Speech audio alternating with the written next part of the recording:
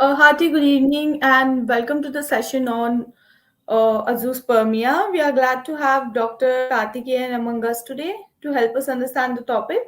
He will take us through that and more in the session today. Doctor, you have the stage. Hello everyone, this is Dr. Karthikeyan. So I am microsurgical andrologist and urologist at Apollo Fertility Chennai. So this is our third interaction, and in this session today we are going to deal more about azoospermia.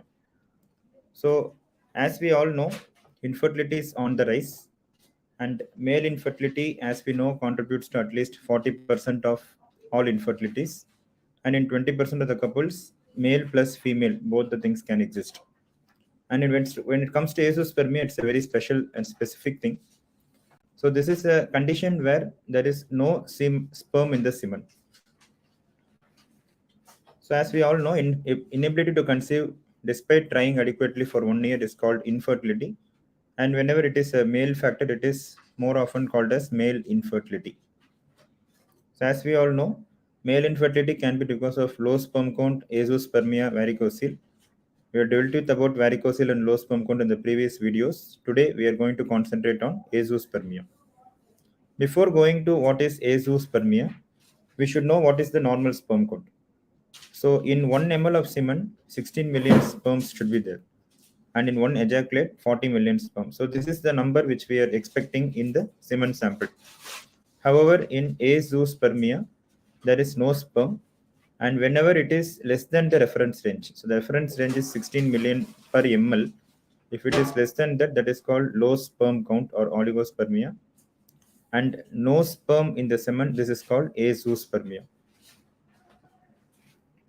We should also understand that number of sperms in the semen, when we see inside the testis, the number of sperms produced is at least 10 times more. And the next question comes is, whenever a patient comes to us with azoospermia, there are 2 or 3 questions in their minds.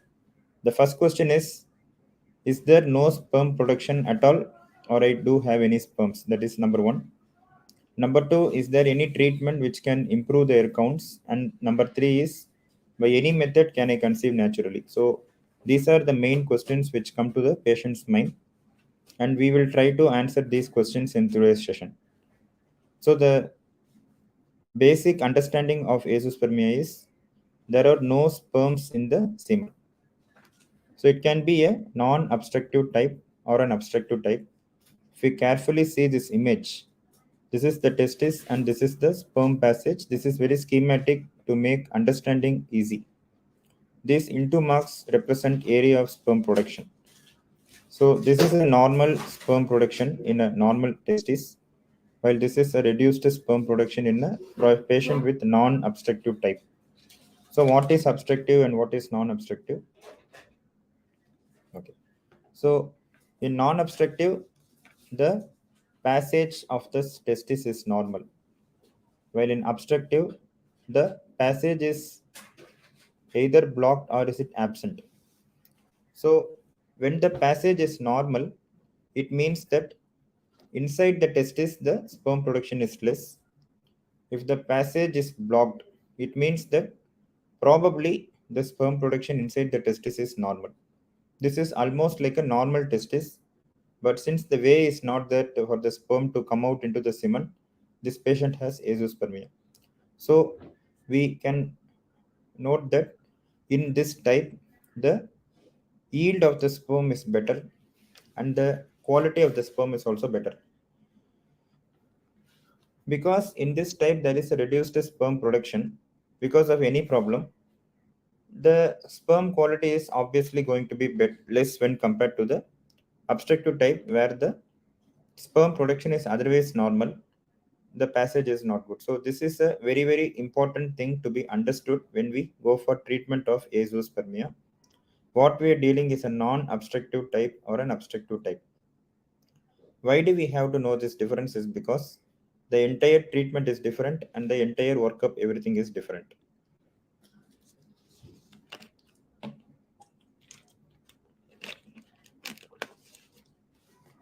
Going on, what are the causes for non-obstructive azoospermia? So it can be a reduced sperm production because of hormonal problems or genetic problems. In modern day, we are seeing more of genetic problems. That is, there is something in the DNA or the gene which is not allowing the sperm production to happen. We have at least 200 genes which are involved in sperm production, and whenever there is a defect, it can lead to problems. Hormone problems are treatable, but they are less common when compared to genetic problems these days. And whenever there is a hormonal problem, it is important for the andrologist to identify and treat it so that the count can improve with treatment. And as people expect, there is a chance for natural conception in maybe 5 to 10% of the patients. So what is obstructive azoospermia? As I told, the sperm production is there, but the sperm passage is absent or there is a block. A block in the passage can be right from birth or a newly acquired block, or it can be post-surgical. It can be, example, a hernia surgery or some surgery like that can also cause this issue, or vasectomy, which is an operation for contraception, male contraception. That can obviously, it will cause azoospermia, which can be treated actually. Ejaculatory duct block, that is the passage of the sperm inside is a complex thing. So we can understand this from this image. So I think it will be a visible thing here. So this is the bladder, this is the prostate gland, and this is the passage. This is the testis. So inside the testis, the sperm is produced and it comes into this passage where it comes out. Here we have to understand the difference between the sperm and the semen. Sperm is produced from the testis, while semen is produced from the glands. The glands include the seminal vesicle and the prostate gland. So these are the two things which produce the fluid. So now what I am telling is a ejaculatory duct block can be in this area. So whenever we do a scan, whenever we do MRI for infertility, etc., there is a report which says there is a block, there is a cyst. All these things are in this region. So whenever there is a problem in this region, it is amenable to surgical correction. Similarly, there is a case where these passages are not developed. So the testis is here, but the passage is not there. In this situation, it is difficult for us because obviously there is no passage, so we cannot correct it.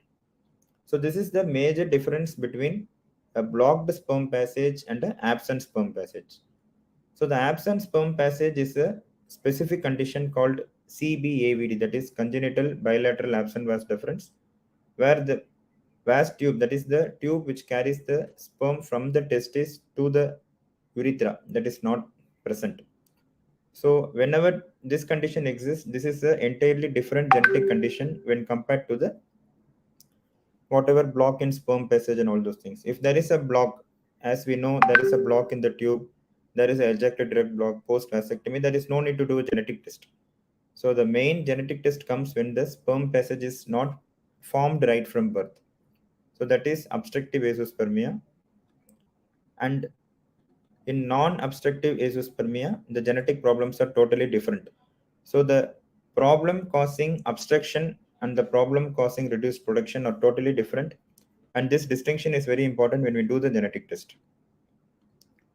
So what are the levels of treatment for infertility? So as we can see here, it is a natural conception, IUI or test tube baby technique. In natural conception, there is a 5% cycle chance per cycle. In IUI, there is a 15% chance per cycle for conception. In IVF and ICSI, it can range from 50 to 70%. As I was telling you, if there is a block in the passage or if there is an absent passage, then we will be getting more normal sperms, and it is like a normal patient undergoing IVF. For example, if the couple has not conceived for 5 to 7 years, and if everything is normal, still it is not happening, then IVF is a recommended treatment. In those people, the success rate is slightly better when compared to a patient who has low sperm count. Likewise, here also in a block patient with a block, the success rate is almost on par with these values. While in non-obstructive type, where there is a genetic defect, the success rate is around say 30 to 40% per cycle. That is again based on the our report, our genetics, the men's age, all those things come into the picture. So next, whenever there is a block, how to retrieve sperms? Whenever there is a reduced production, how do we get sperms? So the answer is it is either a TISA or a micro TC. There are two options. We also have something called as a PISA, where it is taken from the head of the testis. That is called the epididymis. That is the sperm tube. Inside the testis, we can put in a needle and we can take sperm. That is called a TISA. When we open the testis, which I will be describing later, that is a specialized operation, most sophisticated sperm retrieval technique, that is micro TC. So when the sperm production is adequate, we can easily go get away with the needle. We can put it inside, we can get sperms. That's all. So in obstructive type and in the non-obstructive type, where the FSH reports are less than 10, usually we can get sperms on a needle. This is Percutaneous epididymal sperm aspiration, where this is the testis and this is the epididymis and this is the vast difference. We can put our needle here, we can get sperms. Again, this is more in a case of a blocked system rather than a reduced production. Next is the microsurgical sperm retrieval, where we use an operating microscope. We open the testis, we take sperms from inside by teasing the tubules which are likely to contain a sperm. If we see inside the testis, there are multiple layers of seminiferous tubules which produce sperm. But we don't know which one contains sperms. If we put a needle, we don't know whether we are hitting the place of the testis which contains sperm. That is why this operation is supposed to be the best, because we can predict that this area of the testis may have sperms. So that is what we do here. The next thing is a microsurgical vasoepididymostomy or a vasovasostomy, that is in a blocked case. So as we are coming to the end of this presentation, I would like to summarize. So we have two major types of azoospermia and we have two major types of sperm retrieval. So the two different types of azoospermia are non-obstructive type and obstructive type. Here the treatment is easy. Here we do the concerned genetic tests. If the passage is not developed, if it is developed and there is a block, there is no genetics. If there is an absent sperm passage, we do the genetic test. Once we are all okay, most likely we will get a sperm with a needle, that is called TISA. So this is a simple thing, more effective and more successful. In non-obstructive type, there are many people who come and tell us that with a needle we did not get sperm. So that is not the end. Okay. So that is only a beginning. If there is no sperm on the needle, it is our duty to perform a micro TC operation, especially if the couple is keen on their own sperm. We give the complete chance for the patient to try for their own sperm. So this is a very important point which is missed at many places. We see patients who have had a needle biopsy and they say no sperms, or sperm number is not good, sperm quality is not good, sperm is not developed in all the stages. All these reports we get. But the answer to all of these patients is, what is the testis size? What is the FSH report? What is the genetic report? What was the previous biopsy report? Whether we can do a micro TC if the sperms are absent on the first test. All these things will help us in giving an answer to this couple.